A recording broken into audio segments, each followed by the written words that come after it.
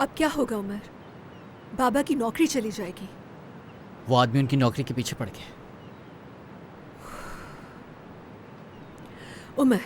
उमर खुदा के लिए अपनी जिद छोड़ दो। अब सुरैया से शादी कर लो और ये किस्सा खत्म कर दो। कौन सी जिद आपा? वो लोग जिद कर रहे हैं। वो चाहते हैं कि हम अपने घुटने टेक दें उनके सामने, मगर ऐसा कभी भी नहीं होने दूंगा मैं।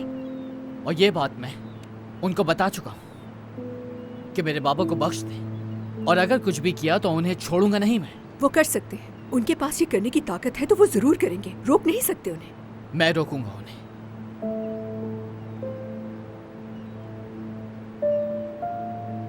आपा, हकान भाई कहाँ हैं? जॉब मिली उन्हें?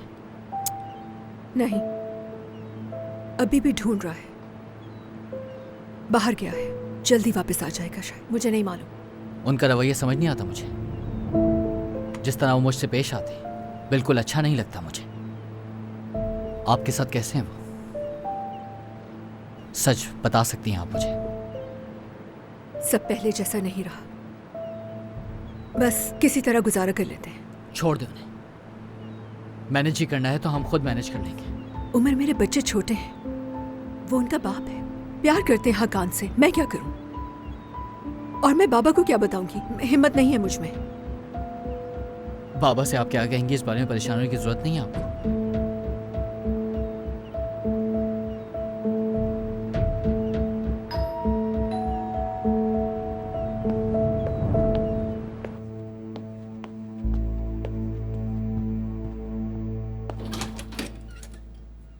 यहाँ है उमर?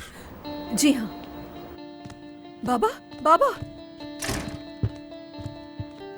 बात सुनो, इन बच्चों को अपने साथ लो और अंदर जाओ फौरन। मुझे तुम्हारी अम्मी और मामू से बात करनी है।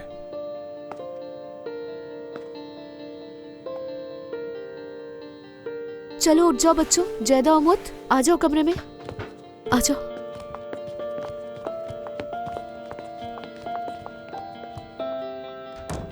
बाबा?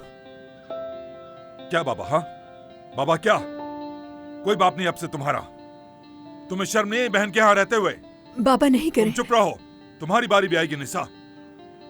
कहा था ना, तुम मेरे घर से, घर वालों से, सबसे कोई ताल्लुक नहीं रखोगे, दफा हो जाओगे। इतनी सी बात तुम्हारी समझ में नहीं आती? बाबा, उमर यहाँ नहीं आना चाहता था, मैंने मजबूर किया था। शर्म आनी चाहिए तुम्हें भी निसा। ये क्या करता फिर रहा, तुम्हें दिखाई दे रहा है? तुम नहीं जानती? हाँ, अंधे हो गए सब। सारे खानदान की इज्जत मिट्टी में मिला दी इसने। हर कोई हमें देखकर हंस रहा है, जलील और रुसवा हो गए हैं। ताहिर ने सही कहा था, ये दोनों एक जैसे हैं। तुम दोनों के लिए जब कोई अहमियत नहीं है घर वालों की, तो मेरे भी दिल में कोई जगह नहीं है आप लोगों की। ना ही मेरे जनाजे पर आने की जरूरत है तुम दोनों को। बाबा प्लीज ऐसे नहीं बोले। ठीक है आपा, मैं जा रहा हूँ। नहीं, तुम कहीं नहीं जाओगे। आपा वो ठीक कह रहे हैं, मुझे जाने दें आप। बाबा, उमर मेरे घर रहेगा। जरा सी भी गैरत है कोई निसा? जलील करके भी कैसे मुतमईन चेहरे हैं इनके। इस कमजोर और घटिया इंसान के लिए तुमने हमें छोड़ा। देखो जरा इसकी हालत, शर्माती है तुम्हें? इस इंसान को अपनी फिक्र नहीं है। लानत, जिस दिन ये लात मारकर बाहर निकालेगा ना, तो तुम उस दिन आओगी मेरे दरवाजे पर। ये क्या है? आप अपने बेटे का गुस्सा मुझ पे क्यों उतार रहे हैं? मैंने आपको क्या कहा? हकान, चुप! घटिया, गुनहगार, तुम्हारी औकात नहीं मुझसे बात करने की। देखो, आंखें खोल कर देखो, इसके लिए तुमने घर छोड़ दिया था। इसकी खातिर खानदान की इज्जत की परवाह नहीं की। हालत देखो इसकी हालत। शर्म आ रही है मुझे यहाँ खड़े होकर भी। तुम समझोगी, बहुत जल्द समझोगी। घिन आ रही है मुझे इस घर से भी। बाबा, बाबा, बाबा मेरी बात तो सुने। अंदर जाओ। बाबा, आपको मेरे साथ जो भी करना है करिए, मगर आपा के साथ आप बिल्कुल ऐसा नहीं कर सकते। अपने गुस्से पर काबू रखिए, वरना सब कुछ बर्बाद हो जाएगा। निसा और तुम्हें, तुम दोनों को उस वक्त तक नहीं जानता जब तक तुम तौबा करके अपने रास्ते पर वापस नहीं आ जाते। रिशद साहब, सब खैरियत तो है? क्या हुआ?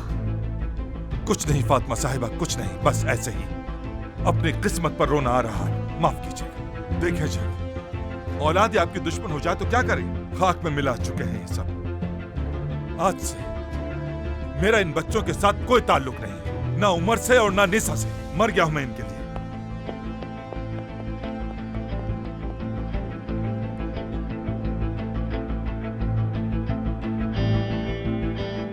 क्या कहूं अब? अल्लाह तुम्हारी मदद करे। आ जाओ, हम अंदर चलते हैं। निसा,